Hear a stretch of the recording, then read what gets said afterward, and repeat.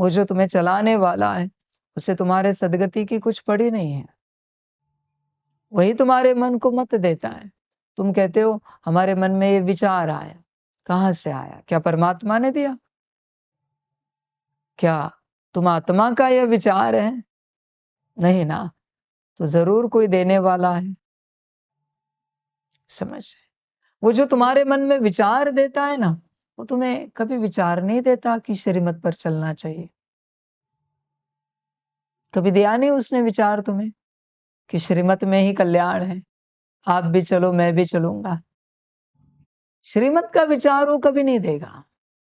अब ध्यानपूर्वक देखो, कभी नहीं देगा श्रीमत का विचार।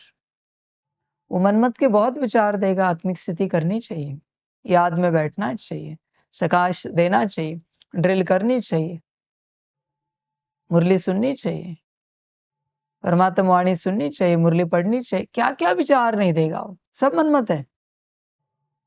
सब कुछ मनमत है।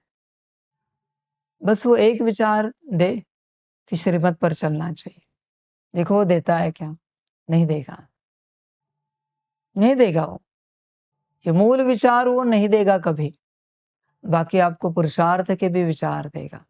कभी-कभी वो विचार देगा, हमें शांत स्वरूप बनना चाहिए। हमें परम पवित्र स्वरूप में आना चाहिए। हमें सुख स्वरूप बनना चाहिए। बकवास विचार है सारे। श्रेष्ठ विचार एक ही है, श्रीमत पर चलना चाहिए। उसे कहो श्रीमत पर चलने का विचार दे हमें, बाकी ना दो। बाकी सब बकवास विचार है बच्चे, एकदम बकवास। उनकी कोई वैल्यू नहीं है बच्चों, उससे कुछ होने वाला नहीं है। तुम्हारे मन में विचार आया कि आत्मिक स्थिति में बैठना चाहिए और तुम बैठे, देखो उसके बाद कुछ मिला है क्या? कुछ परिवर्तन हुआ है क्या? याद में बैठना चाहिए और तुम याद में बैठे हो। हर कोई विचार से ही सब करता है।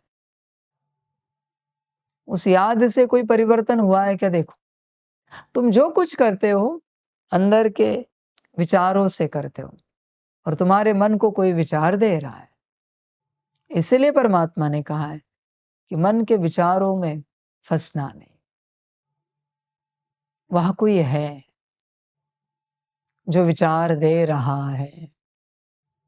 जागो, बस श्रीमत पर चलो।